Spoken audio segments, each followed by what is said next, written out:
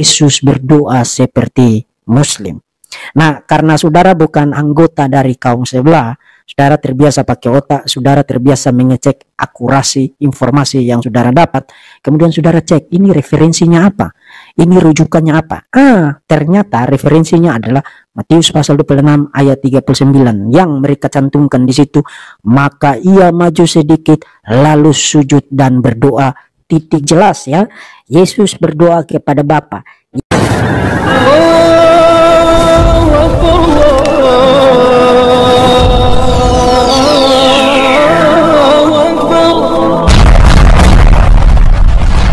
Bismillahirrahmanirrahim. Sebelum kita lanjut, jangan lupa subscribe, like, komen, dan share. Terima kasih. Jazakumullah.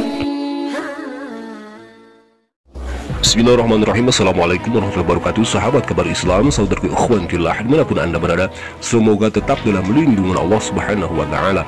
Allah jaga iman Islam kita hingga ajal tiba, harapan wafat dalam keadaan husnul khatimah. Amin ya Allah ya Rabbal. Nah, sahabat ikhwan fillah, dalam kesempatan kali ini kita akan mencoba menanggapi dan mengomentari apa yang disampaikan oleh seorang Deki Ngadas kembali ya. Seorang Deki Ngadas ini lagi-lagi dia itu hanya menampilkan kebotolannya saja terhadap agama Islam dan juga malahan terhadap ajarannya sendiri atau terhadap Alkitabnya. Dalam kesempatan ini seorang Deki Ngadas ini mencoba menyebutkan bahwa ibadah atau sholatnya agama Islam, orang-orang Muslim itu meniru dari orang-orang luar, yakni dari orang-orang Persia. Nah, sahabat ikhwanillah, mari kita simak dulu bagaimana penjelasan atau statement dari seorang Deki Ngadas ini. Pada waktu saya baca komentar ini, saya teringat propaganda masif yang disebarkan oleh Muslim di all over internet ya. Saudara ketik saja di situ, Jesus prays like a Muslim, Yesus berdoa seperti Muslim, dan saudara akan lihat gambar seperti yang saudara lihat sekarang di screen. Itu muncul di mana-mana, disebarluaskan oleh Muslim. Yesus berdoa seperti Muslim. Nah, karena saudara bukan anggota dari kaum sebelah, saudara terbiasa pakai otak, saudara terbiasa mengecek akurasi informasi yang saudara dapat, kemudian saudara cek ini referensinya apa, ini rujukannya apa. Ternyata referensinya adalah Matius pasal 26 ayat 39 yang mereka cantumkan di situ. Maka ia maju sedikit lalu sujud dan berdoa. Nah, sahabat Rikwanbillah, itu sebuah segmen pertama dari seorang Deki Ngadas itu yang menyebutkan bahwa kaum sebelah itu dia maksud siapa lagi kalau bukan kita selaku orang Islam yang mengatakan tidak memakai akal. Padahal sahabat Rikwanbillah, dalam konteks Yesus itu bersujud sama dengan apa yang ada di dalam Al-Quran juga, bahwa Nabi Isa alaihi wassalam atau yang mereka anggap Yesus dan Yesus yang kita anggap sebagai Nabi Isa alaihi wassalam itu juga bersujud. Nah, sahabat ikhwan fillah, karena kita memakai akal selaku orang Muslim mencari kebenaran, Yesus dan Nabi Isa alaihi wassalam mengapa bersujud? Ternyata Yesus atau Nabi Isa alaihi wassalam itu bersujud sama dengan yang dilakukan oleh nabi-nabi dan rasul-rasul Allah subhanahu wa ta'ala sebelumnya, seperti Nabi Abraham atau Ibrahim, Nabi Yakub, Harun, Nabi Musa, dan sebagainya. Lalu siapa yang tidak memakai akal?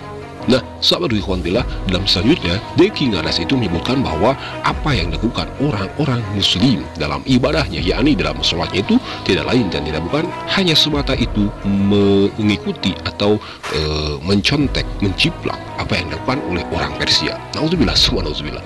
Kenapa ada titik-titik-titik? Ternyata isi lengkap dari ayat itu adalah maka ia maju sedikit lalu sujud dan berdoa, katanya, ya Bapakku, jikalau sekiranya mungkin biarlah cawan ini lalu daripadaku, tapi janganlah seperti yang ku kehendaki, melainkan seperti yang kau kehendaki. Jadi ternyata Yesus Kristus di dalam doanya menyebut Allah dengan sebutan Bapakku. Dan kalau Allah disebut Bapakku, berarti Yesus adalah anak dari Bapa, anak dari Allah. Kemudian saudara mulai mikir, kalau begitu sejak kapan Quran, sejak kapan Islam mengatakan Allah subhanahu wa ta'ala boleh disebut sebagai Bapa dan Isa al-Masih adalah anak dari Allah subhanahu wa ta'ala?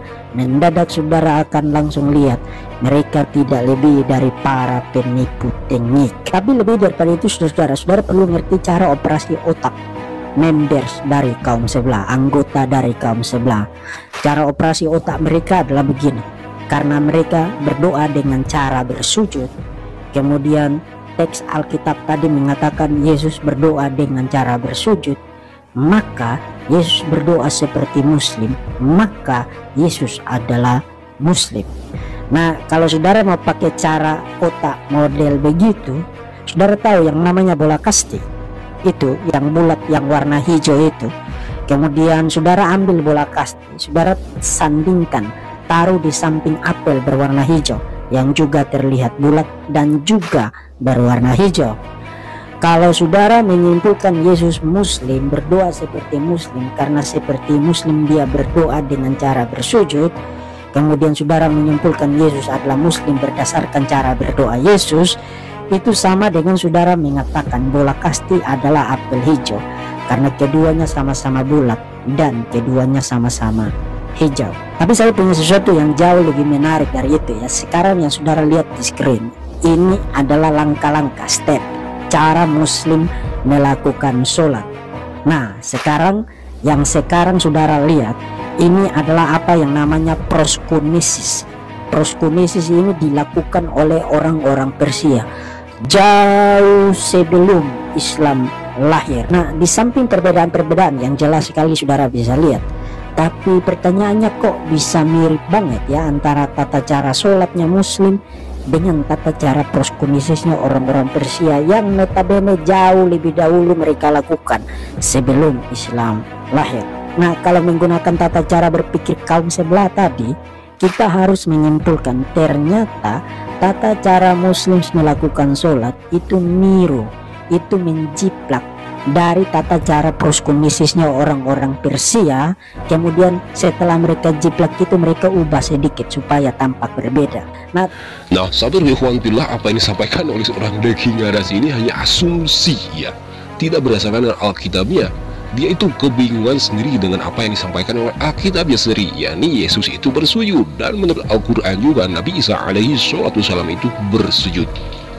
Nah, sahabat ikhwan billah, yang lebih parahnya ini tidak memakai akalnya, ya, seorang Deki Ngadas itu menyebutkan bahwa orang-orang Muslim, kita semua melaksanakan ibadah salat itu meniru atau menjiplak orang-orang Persia. Dan dilepas sedikit, ini kan sungguh-sungguh sangat aneh sekali ya. Yang jadi permasalahan itu Nabi Isa atau Yesus alaihi wasallam itu bersujud atau ia melaksanakan sholat, tetapi mengapa orang Kristen tidak melakukannya, malah orang-orang Muslim yang melakukannya?